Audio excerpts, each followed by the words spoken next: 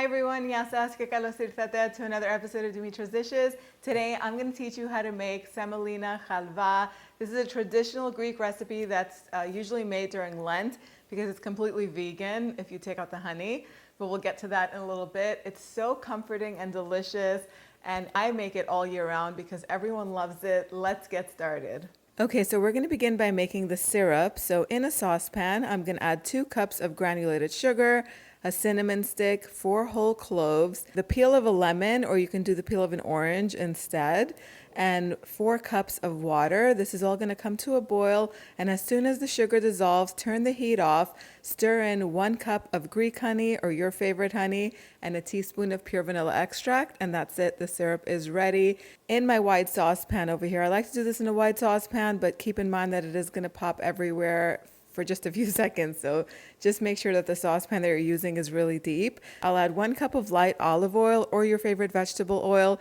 2 cups of semolina flour. Traditionally, we use half coarse and half fine, but all I have is fine semolina, and that's going to work perfectly, so don't worry about it.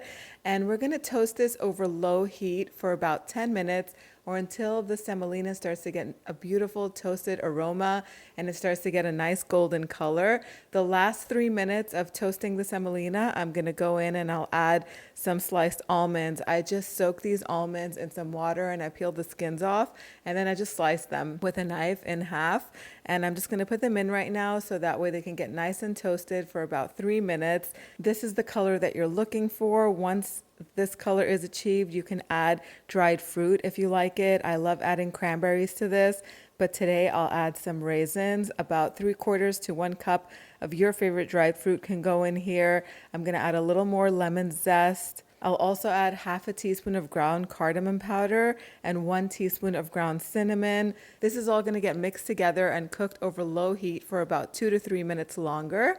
Now it's very important to turn the heat off while you add the syrup, because even while the heat is off and the pan is hot, once the syrup goes in, it's going to bubble vigorously. So keep your hands far away from the pot because that steam is super hot. Pour the syrup through a strainer to catch all those cloves and cinnamon and the lemon peel that's in there. Pour all of the syrup in there, and once it stops bubbling, you can turn the heat back on. Cook this over medium-low for about 5 to 10 minutes. The halva is ready once all of the syrup is absorbed and it starts to release from the pan.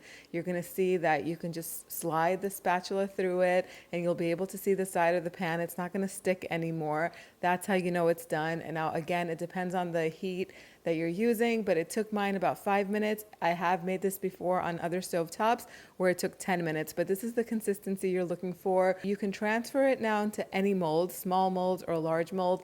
I love to put it in a bundt pan. I don't grease the pan or anything like that. Just make sure that you compact it in there so that way there are no air bubbles. If you have air bubbles in, what's going to happen is it's going to crumble when you go to slice it. So pack it in there and let it cool to room temperature. Once it's cooled down, that's going to take about 45 minutes to an hour. You can transfer it onto your serving platter. I'm using this crystal platter over here because it looks pretty, but I've also displayed this on a cutting board just to make it nice and rustic. I love to garnish this with some ground pistachios. It gives it a nice little pop of color, but you can sprinkle some more cinnamon on top instead. This halva is just delicious. It smells good. It's nice and warm. And this from the spices of the cinnamon and the cloves. The lemon really brightens it up. Once you slice into it, you'll just see how soft it is. It's so good with a nice cup of coffee. Just look at how good this looks.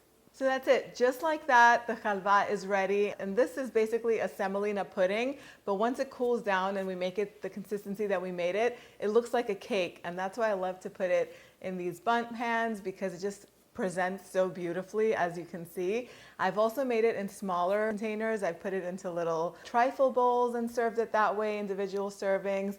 You can do so much with this. Go online and Google and you'll see all the beautiful ways people serve this halva. It's so good. If you're not making it for Lent, or if you're not worried about keeping it vegan, you can serve this with ice cream. It tastes so good with ice cream, some whipped cream. The options are just so many. But making this dessert, if you want to scale it up, there's a 1, 2, 3, 4 trick to it. If you remember that, you'll know that it's 1 part oil, 2 parts semolina flour, 3 parts sugar, and 4 parts water. That's the recipe for this basically. And you could just take that and make it as big or as small as you like. So if you want to keep this vegan, leave the cup of honey out and just substitute another cup of sugar for the honey. If you want to give it a little bit of a maple flavor, if you're making this maybe around the fall, maple syrup instead of honey works too.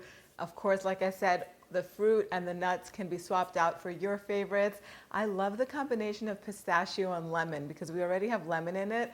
If you want to, you can leave the almonds out and just substitute pistachios. Just chop them roughly. You don't have to grind them so small like the decoration is. I've shared this recipe in the past, but I've just tweaked it a little bit, so this is an updated version. I have an old chocolate version of this too if you're interested.